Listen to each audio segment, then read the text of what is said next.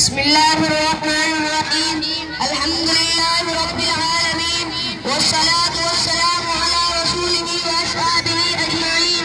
अम्मा बाद, दोस्तों, हिंदुस्तान को आजाद कराने में सबसे बड़ा किरदार उलमाए इकराम का ही रहा है। पूरे मुल्क में तहरीक आजादी के मराकिज़ कायम हुए, जिनमें देवबंद, दिल्ली वगैरह काबिल जिक्र हैं। शेखुल हिंद मौलाना महमूद हसन के इशारों पर उनके खादिमों ने अंग्रेजों से जंग शुरू करती शेखुल हिंद और उनके साथियों को अंग्रेज ने गिरफ्तार कर लिया।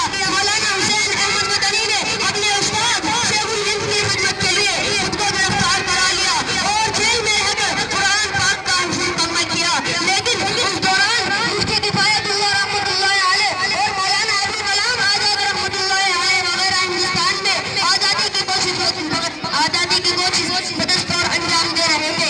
जब हज़रत शेखुल हिंद अपने साथियों के साथ जेल से बाहर तशरीफ लाए तो अंग्रेजी सरकार के बाइकाट का ऐलान किया। उलमाए इकराम ने इस तहरीक को नजर पहुंचाने का फरीज़ा अंजाम दिया और ऐलान किया कि उलमाए इकराम के अंग्रेज से दोस्ती और ताल्लुकात रखना हराम है।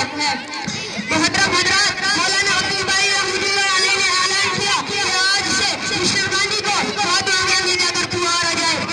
मालूम हुआ कि हमारे उलमाए इकराम ने ही महात्मा का लक़ब गांधी जी को दिया था।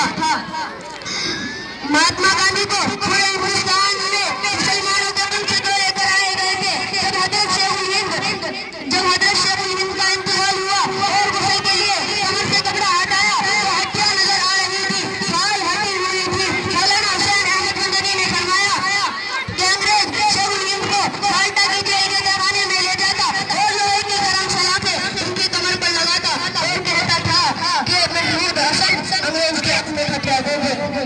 शेखुल हिंद फरमाते कि अंग्रेज मेरा जिस्म पिघल सकता है, मैं बिलाल का वारिस हूँ, मैं तेरे हक में फतवा नहीं दे सकता।